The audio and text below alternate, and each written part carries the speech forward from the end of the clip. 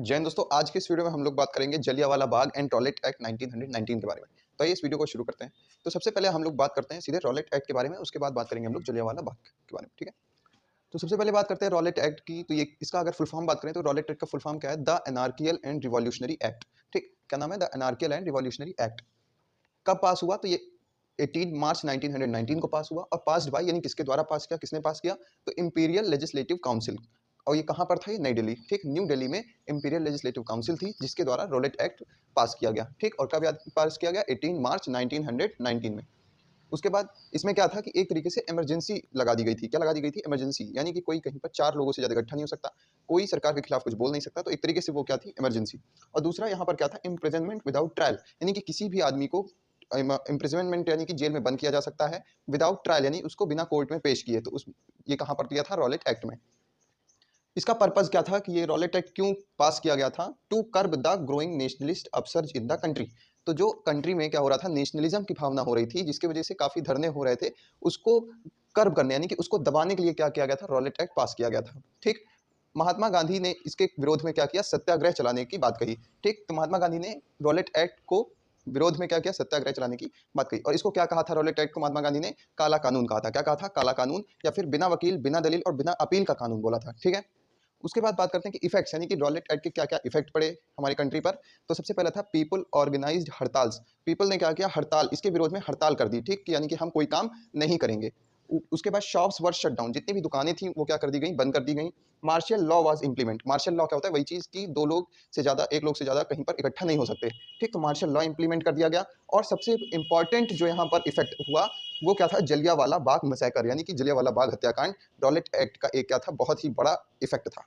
ठीक, तो अब अगर हम बात करें जलियांवाला बाग की, तो जलियांवाला बाग कब हुआ? 13 अप्रैल 1919 को। डेट याद रखेंगे। देखिए जैसे यहाँ पर रॉलेट एक्ट कब पारित हुआ? 18 मार्च 1919। तो उसी से लगभग एक महीने बाद 13 अप्रैल 1919 को जलियांवाला बाग मैसेकर होता है। ठीक, people gathered to protest against Rowlatt Act. People जो थे वो इकट्ठा हुए थे रॉलेट एक्ट के विरोध करने के लिए। ठीक, एंड अरेस्ट ऑफ, दो चीज के लिए इकट्ठे हुए थे। पहला रॉलेट एक्ट का विरोध करने के लिए, और दूसरा सैफुद्दीन किचलू और सत्यपाल, जो दो हमारे नेशनलिस्ट थे, उन वो क्या हो चुके थे? अरेस्ट हो चुके थे। तो उनकी जो अरेस्ट हो चुके थे, तो इसी के विरोध में, सैफुद्दीन किचलू और सत्यपाल के अरेस्ट के विरोध में जलियांवाला बाग में क्या थे? लोग इकट्ठा हुए थे। ठीक, रिस्पांस क्या हुआ? ब्रिगेडियर जनरल REH डायर ने वहां पर क्या चलवा दी? अंधाधुंध गोलियां चलवा दी, जिससे क्या हुए? 379 से लेकर के 1500 तक लोग क्या हुए? वहां पर मारे गए, यानी किल्ड हुए। इंजर्ड कितने लोग हुए? 1200 प्लस लोग इंजर्ड हुए, और सीरियस 92 प्लस लोग क्या हुए? सीरियस हो गए वहां पर।